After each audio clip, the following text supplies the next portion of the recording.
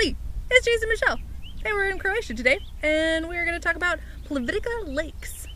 Also known as Plitvice Lakes, but Plivitica is how the locals say it. We are off the coast in Croatia, kind of heading towards the northern part, actually really close to Bosnia and Herzegovina. Right over there. In a beautiful part of Croatia, and that is where Plitvice National Park lies. And the big draw here are the lakes, but more specifically, the beautiful waterfalls. So as you arrive at Plitvice National Park, the parking is a unique situation. So all of the lakes and the falls are on one side of the road, but the parking is on the other side. If you're coming from Zagreb, you're going to hit entrance 1 first. If you're coming from Split, you're going to hit entrance 2 first. Through our research, we decided to be at parking area 2, which is closer to the upper falls area. And the upper falls typically are just a little bit more grand. The canyon is very beautiful as well. But in any case, it's going to take you a little bit of a hike from the parking area to arrive at whichever set of the falls you want to start at.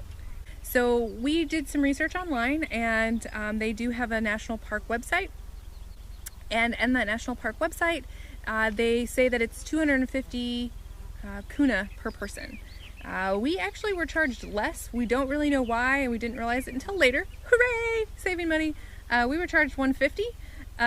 If you're a student, there's cheaper prices, and you can also get a 2-day pass. Either way, it's kind of expensive. You can do the park in 1 day. It's a full day.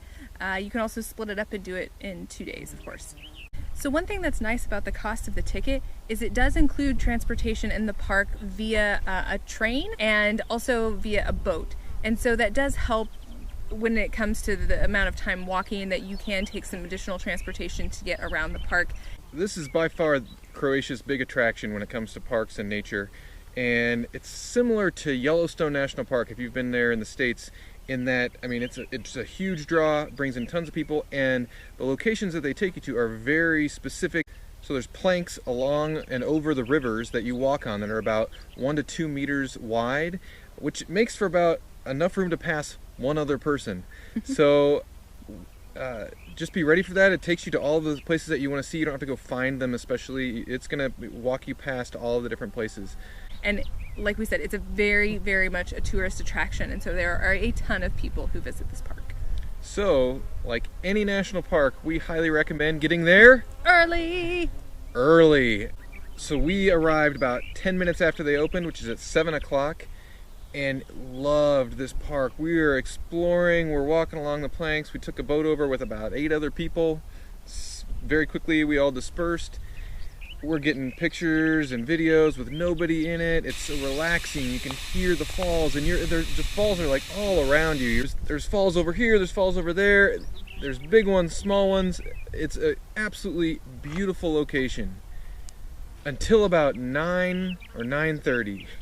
That's when all the people came flooding in from tourists, like big tour buses of them.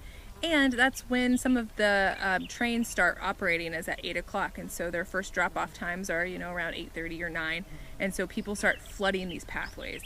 You are really in like a single file line, walking like this, down these paths. You feel bad to stop and take your picture or take your video. You're kind of boxing people out, but you don't want to box them too far off because they're going to fall into the lake somewhere. It's cluttered and people aren't going the same speed, but passing is difficult. It becomes an issue when there's all the people. So if at all possible, get there early.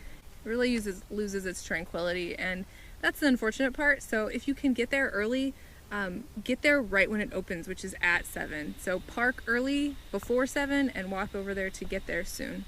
You're going to be walking a lot. So we logged about 20,000 steps, and we're there for about 6 hours and didn't really cover anything twice. So just be ready. You're going to be doing a lot of walking. We packed a lunch, so definitely do that. They do have a couple little places where you can get some food, but of course it's touristy prices. Plan to spend a day here. You've spent the money on it. It is very beautiful. If you can, you definitely want to be there before the crowd so you can just kind of take it all in and really appreciate the natural beauty that this place is without all the people. So one of the questions I asked about this was, do I really want to pay this price to go see this waterfall? After going and experiencing this waterfall, I would say that this waterfall is a very different experience than you would have in Iceland and New Zealand and some of those places. These are a little bit slower, they don't have quite as much mist and spray, and you can get right up in them, which gives it a completely different feel. to the park and to your experience of a waterfall. It's cool. Overall, we really thought that it was worth the price.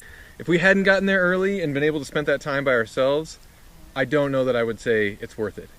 So you also need to pay to park, and it's about 7 kuna per hour, which is like $1 an hour.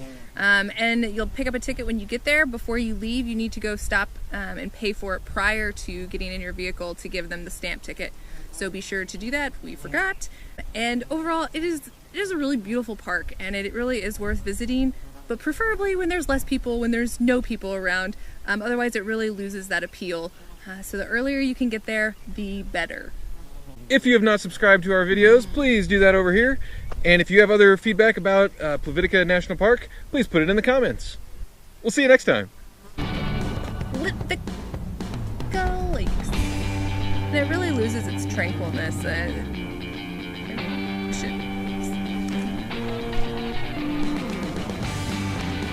Get away! Which gives a completely different feel.